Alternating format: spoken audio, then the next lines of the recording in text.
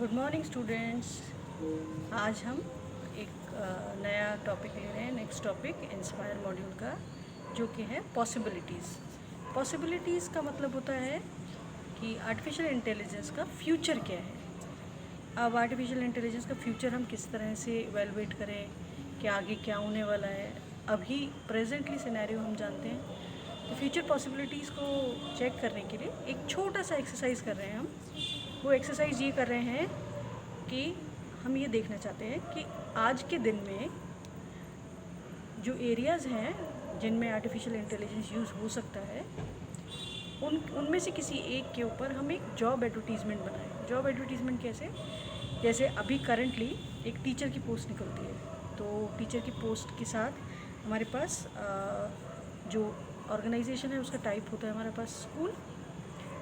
Position जो होती है वो होती है टीचर की, और उसकी जो जॉब रिक्वायरमेंट होती है, जॉब स्किल्स होती हैं, जैसे रिक्वायर्ड स्किल्स होंगी आपको इंग्लिश या हिंदी लैंग्वेज आना कंपलसरी है, लिखना बोलना। और दूसरा जो क्वालिफ़िकेशन होती है वो है generally graduate plus BEd.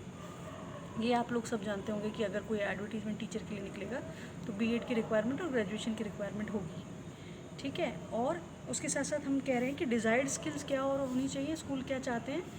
For example, मैं एक एग्ज़ाम्पल ले रही हूँ, को करिकुलर एक्टिविटीज़ इंटरेस्ट एरिया में होना चाहिए, जिससे कि वो को करिकुलर एक्टिविटीज़ भी अरेंज और मैनेज कर सकें, ठीक है। तो आज के दिन में एक टीचर के लिए ये रिक्वायरमेंट्स होने वाली हैं। अब हम इसी सिनेरियो को, एजुकेशन सेक्टर को ही फ्यूचर में देखते हैं। फ्यूचर 10 ईयर्स बाद में एजुकेशन सेक्टर में किस तरह से चेंज आएंगे।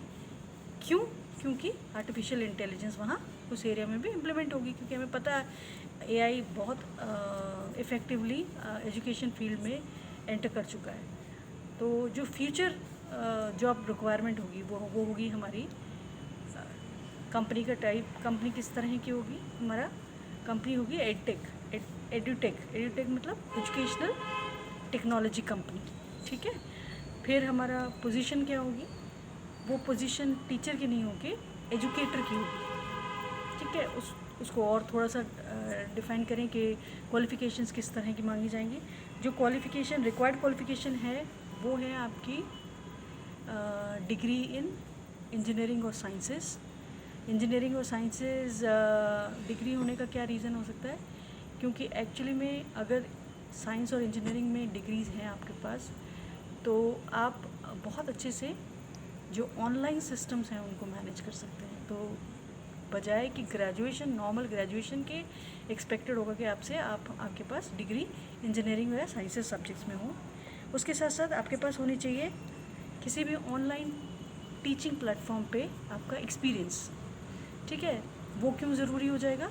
उसके बिना आपको सिलेक्शन नहीं होगा। बीएड ज़रूरी नहीं होगा। आपके लिए क्या ज़रूरी होगा कि आपको किसी न किसी ऑनलाइन एप्लीकेशन, ऑनलाइन जो टीचिंग एप्लीकेशन है उस पर आप कितने दिन से पढ़ा रहे हो, कितने कंफर्टेबल हो उससे। दूसरी एक और चीज़ होगी जो है कि आपको ब्लॉग मेंटेन करना है। जो आपकी कंपनी है, एडटेक कंपनी, उसका ब्लॉग मेंटेन करना एक रिक्वायरमेंट हो सकती है। और एडिशनल क्या रिक्वायरमेंट हो सकती है? एडिशनल रिक्वायरमेंट हो सकती है कि आपको कंटेंट क्रिएशन और डिज़ाइनिंग का एक्सपीरियंस हो। कंटेंट क्रिएशन का मतलब सिर्फ इतना सा होता है कि वो जो ऑनलाइन टीचिंग के लिए आपने मैटर तैयार किया है उसको किस तरह से आप इफ़ेक्टिवली स्टूडेंट्स को प्रेजेंट करें। तो ये कुछ तरह की रिक्वायरमेंट है। फिर कंपनी का टाइप क्या होगा? एडटेक कंपनी है तो जनरली कोई स्टार्टअप ही होगी जो किसी स्पेसिफिक ग्रुप ऑफ स्टूडेंट्स की रिक्वायरमेंट को फुलफिल करेगी। जैसे फॉर एग्जांपल हम ये कह रहे हैं कि स्पेशल नीड वाले जो स्टूडेंट्स हैं उनको हम ऑनलाइन एजुकेशन देना चाहते हैं, उसके लिए हमको हमारी एक एडटेक कंपनी है जो हमारे से ये रिक्वायरमेंट एक्सपेक्ट करेगी। तो बेसिकली हमारा पूरा का पूरा आर्टिफिशियल इंटेलिजेंस की वजह से एजुकेशन सेक्टर चेंज हो गया। पहले रिक्वायरमेंट थी ग्रेजुएशन प्लस बीएड डिग्री, अब रिक्वायरमेंट हो गई आर्टिफिशियल इंटेलिजेंस की वजह से या ऑनलाइन एजुकेशन की वजह से, या 10 साल आगे जो जॉब का सिनेरियो होगा वो ये होगा कि आपको इंजीनियरिंग में डिग्री होनी चाहिए, ऑनलाइन एजुकेशन का आपको एक्सपीरियंस होना चाहिए, कंटेंट डिज़ाइन के बारे में आपको नॉलेज होनी चाहिए।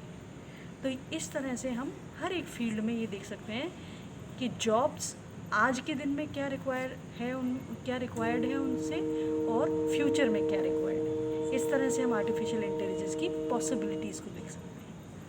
Thank you.